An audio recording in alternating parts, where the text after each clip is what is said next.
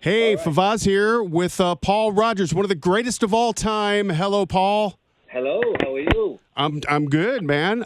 This is the second time that I've spoke with you. I don't know if you remember, and I don't expect you to, but you were on tour with Bad Company, and Simon Kirke came in the studio. You and he, and you played, I know I played "Weep No More," and Simon wrote that song, correct? That's true, yes. And you were playing, and David Lee Roth opened up the show at. Oh, I remember that too. Yes. Yeah, it Yeah, was. yeah. We had some interesting tours. Let me ask you a question, though, for Baz. Yes, You are the oldest rock station in America. we are. I've been here 33 years. When did you start? We started in 1967. Oh, 1967. Wow. Yeah. 1967. I was 17. I was just coming down to London and forming Free at that point in my life. Yeah, man. Wow. Yeah, 67, and we've been around for some 55 plus years. So, anyway, it's really good to talk to you. You have a new record, and it's all new material, I should say. For the first one in over 20 years, it's number 8 on the charts. Tell us about it. Well, I was sitting around at home having a rest from the touring, etc., and I was playing my acoustic guitar, and I put a bunch of songs together. We went into the studio. My core band was Todd Ronning on bass for my solo band, Rick Feddick on drums, and Ray Roper on guitar. Yeah. So the 4 of us, eyeball to eyeball. We just got in the studio and we were just laying tracks down, basically. And it's become an album right now. Wow. Yeah, and I'm very proud of it, actually. Unreal. And Take Love is the focus song, if you will. It's just it's really good stuff. Congratulations. Take Love, yeah. Well, Take Love, actually, there needs to be more love in the world, and we sometimes turn away from it. We had a cat that did that, and my wife was talking to the cat, and I heard her say, Sheridan, her name was Sheridan, this kitty, and she said, I can't love you if you keep walking away. And I sort of went, wow, that's a good opening line for us. I took it from there, because it's a very human thing to walk away from love, unfortunately. Yeah. She's totally right. Yeah. We're talking to Paul Rodgers of Bad Company fame, of you have played, you have sung with everybody. Who is the greatest guitar player that you have ever played with? Can you name it? Well, I hate to say that, because there have all been so many great guitarists. I mean, I was recently working with Keith Scott from Bryan Adams' band, and he plays on the album. If you listen to Melting, you'll hear him on the front of that particularly. It's such a groove. And also Chuck Leavell plays keyboards on that track as well. But, yeah. So I understand if you don't want to piss anybody off, but come on, who is the absolute, your top 2 or 3, if you will?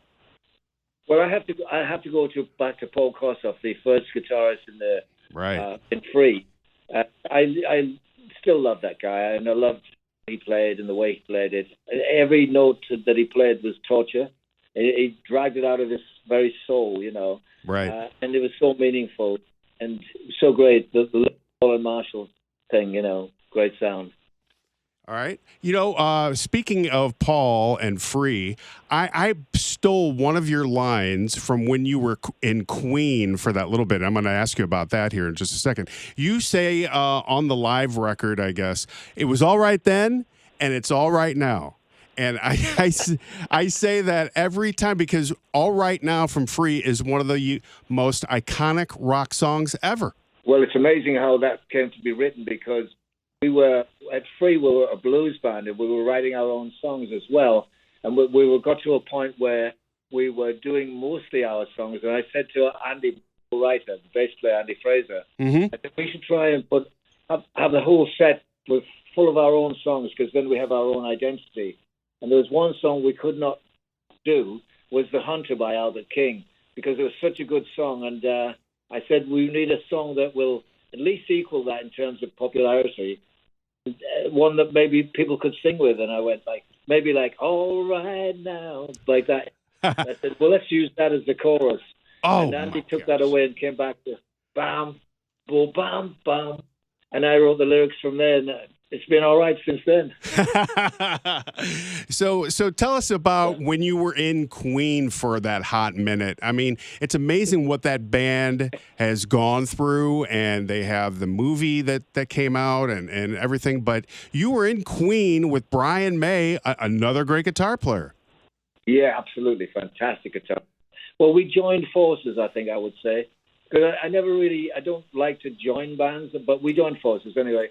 And these, they did my songs as well, their songs, and they did a great version of All Right Now and Feel Like Making Love and Wishing Well and like that. So it was a hot 4 years. So what made you join forces with Queen? Did they ask you, or what happened? Yeah, they asked me, absolutely. Yeah, well, I was doing a TV show which was honouring Chris Black, who was the head of Island Records, the CEO of Island Records, and they wanted me to do All Right Now to head the bill. And Queen were also going to be performing on that same show. So Brian called me and said, "Listen, do you have a band for that?" And I said, "Well, actually, no, I don't." They said, "Well, look, we'll be your backing band for All Right Now. You'll be our singer, but we will rock you and we are the champions." And I said, "That sounds good. Let's do that." So that's what we did, and it was so magical when we played together that we continued for. Well, it wasn't meant to be 4 years. It was meant to be a couple of shows in Europe just for fun, but it turned into 4 years, 2 world tours, and an actual studio album. Unreal. I mean, do you feel pressure playing with Queen or Bad Company or Jimmy Page, any of those bands, any of those guitar players? Do you feel the pressure? Well, you could do very easily, but the thing is, they're people and they're musicians, and you've got to communicate to them on that level. So I would just, as ordinary, as another musician, and not as somebody like so special that you couldn't even talk to them or anything like that. I would just talk to them, and we would actually forget all of the above and just play music together. That's the whole. That's been my focus. Wow. We're talking to Paul Rodgers on KSHE. And Paul, you were on CBS mornings, earlier this week or last week, and you talked about the number of strokes that you've had, and you've had a couple big ones. You're healthy now, correct? Yeah, thank you. Thank God, really. But I do thank hyperbarics as well as oxygen under pressure, which is the treatment you can get. And it's endless, and you just sit in the oxygen under pressure, The only thing you feel is a little bit in your ears. It's like flying on a little puddle jumper on the airplane. But that's all. And then you just watch a movie for an hour and you're done. Wow. So you breathe in. You breathe in and the oxygen, recirculates you through your brain, and it's very good. It took a year and a half to get my voice back after all that stroke, You had to have been worried about your at least your voice, correct? Definitely, yeah, because I had an operation, endotoctomy, I think it's called.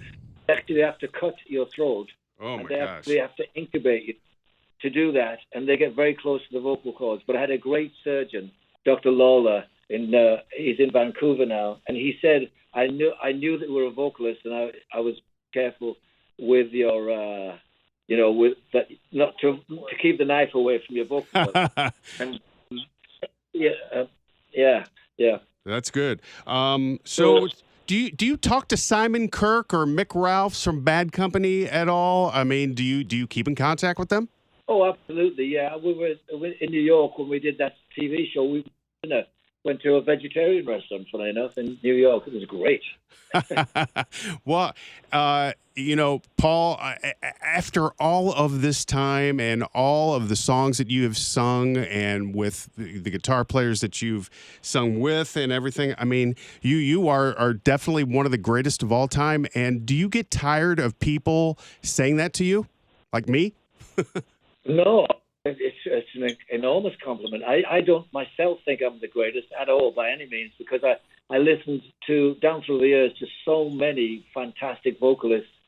I take a little from each of them. I kind of absorb them, particularly like Otis Redding Ray Charles, Rod Stewart influenced me. Steve Marriott from the Small Faces influenced me. Wow. So there are so many great singers. There have been so many great singers out there that I'm not the best. But it's nice to be liked. It sure is. So Paul, once again, has a new record, and it's number 8 on the charts, and we're glad that you're okay, and we hope to see you sometime in St. Louis. I know you've been here, like I said, with David Lee Roth opening, he opened for you, and, I think the last time I saw Bad Company was with Rich Robinson of the Black Crowes played guitar. Oh, yeah. And it was outdoors at the Hollywood Casino Amphitheater. Yeah. Rich was a great experience. Good guitarist. I love him. I love the Black Crowes. Fantastic. All right. Well, Paul, thank you very much, and good luck to you. And we'll hopefully see you soon. Hey, see you. God bless.